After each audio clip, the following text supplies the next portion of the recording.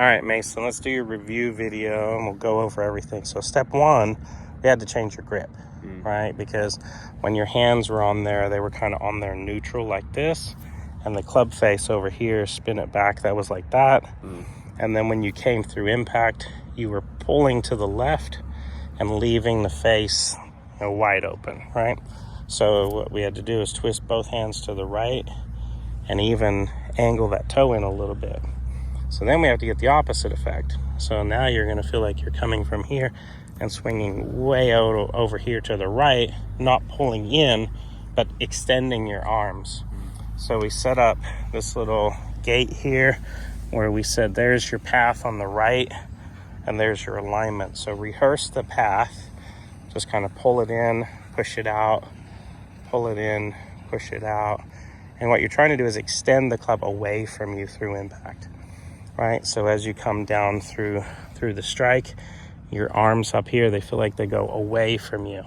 Whereas before, they kind of tucked in and you pulled across that way. So with your good grip now, you can then, and we also talked about ball position, right? So if the ball position is back here, it's actually easier when it's close to your right foot to go into out, right? Because we're trying to get the face to spin it. Like push across the ball that way.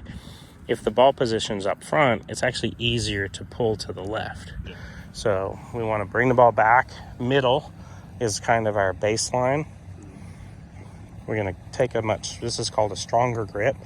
So a much stronger grip, both hands twisted to the right, club face is toed in a little, and then we're going to work that path out to the right. Try to get the cog, we talked about the gears on a cog, spinning the ball to the left.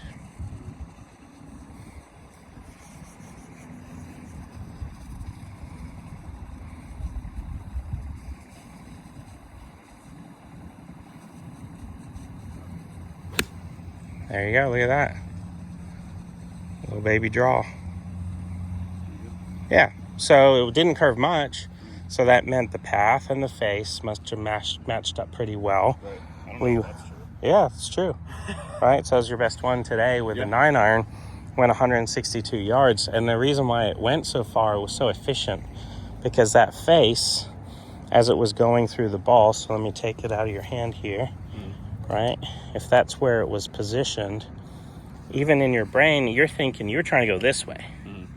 And then you're trying to get that angle. But really what happened, everything must have been almost dead straight. Yeah. Straight face, straight path, which produces the most efficient shot.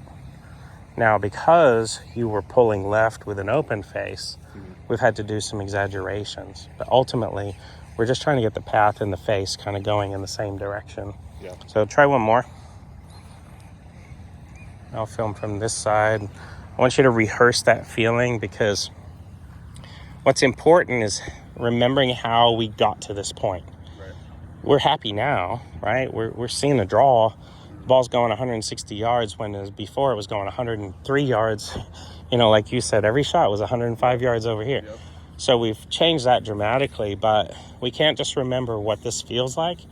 We have to remember the steps that we took to get you here. Right. So do your setup, get the grip, exaggerate, twist it as much as you can to the right. Words that you used earlier were, wow, this feels weird, this feels awkward. And then once it's there, rehearse that path for me. So pull in, push out, pull in, push out. Try to visualize that cog. I described it, how the two cogs would work. Yep. And then try to push that cog out to the right so that this ball spins to the left.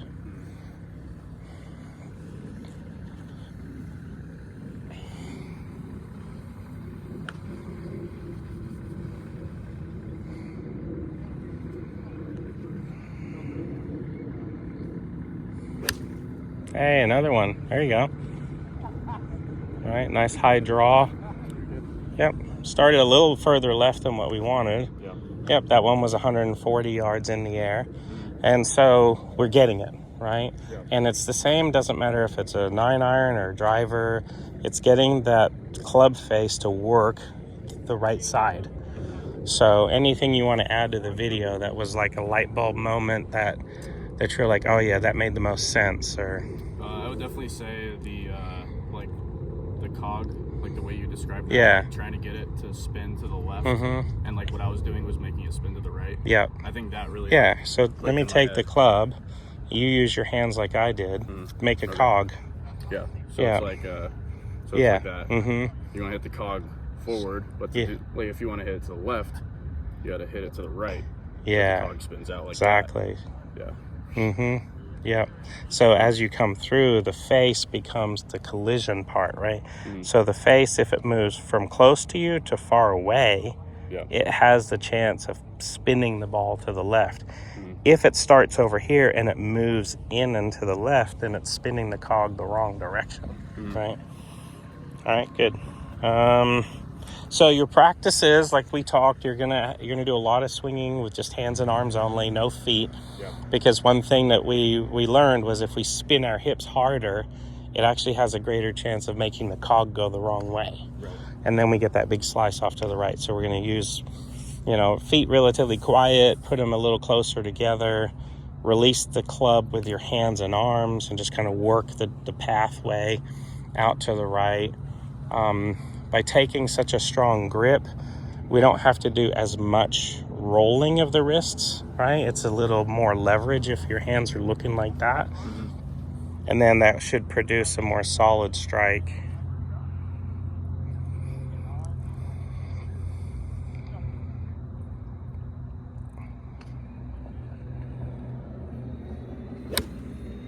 Okay, pretty good. Right, so we had a baby fade on that one, so our club face must have been a little open. Path was actually probably pretty good because the ball went a little right. We just got the face open, which faded it, instead of closing that face, which would have had a little bit more draw. But still, another 130-yard, carry distance on a 9-iron. All right, so let's do one more on the tee with the 9, and I want you to swing really hard. Right, so tee it up higher. Get it up off in the air so that we're not worried about the ground. And I want you to swing fast with your hands and arms. And I want you to try to get that path going away. Don't tuck in, send it out to the right.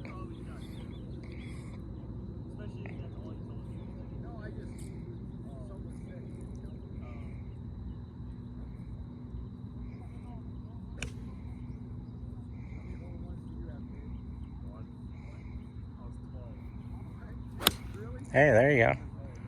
Right, that had some pretty good speed, right? Yeah, so it was 86 miles an hour on that one, which I wasn't really paying attention before.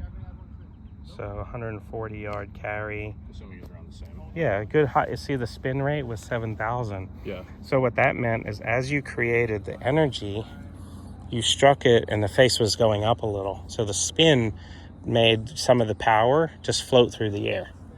Whereas before, when you hit that one that went 160 yards, it was very low spin. So it came out kind of knuckly through the air.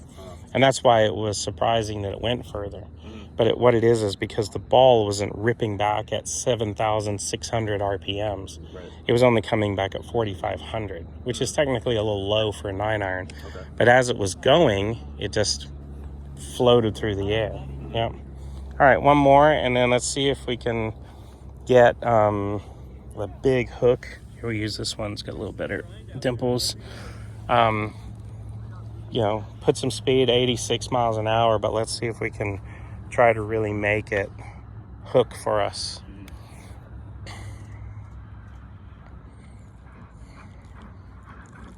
Yeah, really close the face. You can spin it left even more with your fingers. Keep spinning it. So, like, we're really going for the hook, so you might as well start with it, looking like that. Yep, and then go ahead and try that same 86 miles an hour speed. Send it out to the right to spin it back to the left.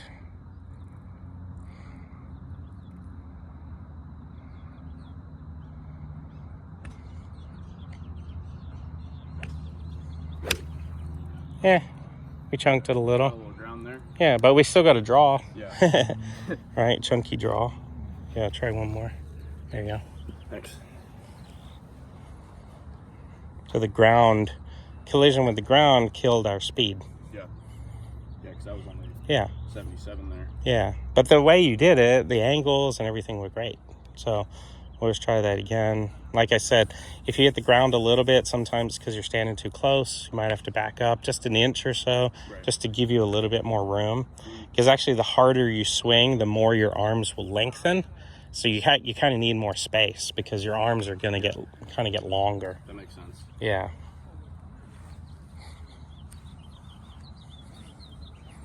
Yeah, really angle it because we're going for that hook.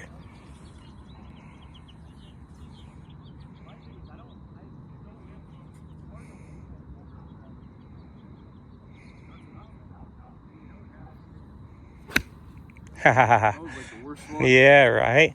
So why was it bad? Well, when I told you to swing harder, you got your legs into it. Yeah. What'd your legs do? They yanked the club to the left. So as your hips started spinning, the energy of the club now went from across the ball. Well, it spun the cog the wrong way. Yeah. And you actually went across it so much that, here, let me see that ball. You had it teed up here, and you can see the divot was actually on this side. Oh, yeah, okay. Right? So as you were coming in, you were like, I'm going to hit this hard. The club's track, and then you pulled it in so hard that you just tipped it, right off the toe. Right. So as you swing faster, your arms have to go further away. They can't spin around you to the left. You've got to reach them out to the right. So when you add speed here, don't add speed with your legs. Yep. Play that ball a little bit more back in your stance to the right foot. There you go. Now, as you add speed, just hands and arms. Create the speed out to the right.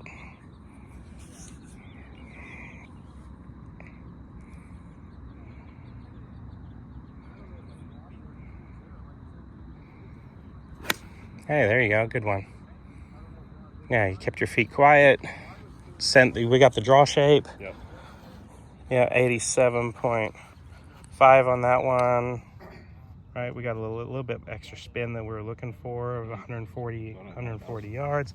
So yeah, sometimes it's like hit or miss with the range balls, especially how they react. But the main thing is our goal here was to stop you from hitting 105-yard 9 irons over here, and somehow get everything else kind of go in the right direction. So it wasn't a case of, oh, I hit my driver okay, and I hit everything else bad. No, you had the same fundamental flaw. Same problem. Yeah. So the grip was essentially weak. Your path was to the left. The cog effect, the spin, was spinning you out over here. Yep. So we had to strengthen your grip, kind of kill your legs for power, send the club out to the right. Yep. All right.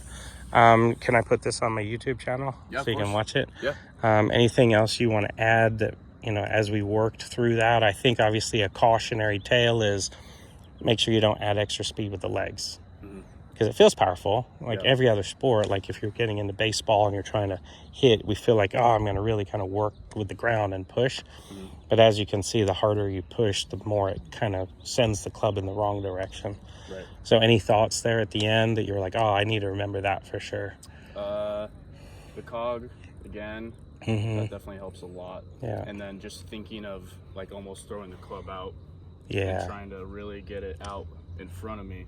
I feel like that really helps too. And just, of course, the grip. I mean, my grip was horrible before. Like, it felt like the club was almost twirling my hands a little bit. Yeah, you made Real, it's more solid. Yeah, you made a comment earlier. You're like, I don't even know if I've ever felt that before, right? And you get that. It's intuitive. It's like, you're working as a mechanic. You're working with tools. You know what it feels like to lever the tool properly. Right. And it's like if I had a hammer and I had one nail to bang into a piece of wood, if I just did it, boom, it feels good. It doesn't matter what you're doing. To be efficient, it feels good. So what you were feeling there was efficiency. Your hands were on there the right way. They were structured, levered. The energy was good. You had a good collision. Yeah. And then you're like, wow, that felt effortless. That's usually the response is, that felt so solid and crisp. And so these are good. All right, cool. Good work. Awesome. Yeah, thank you.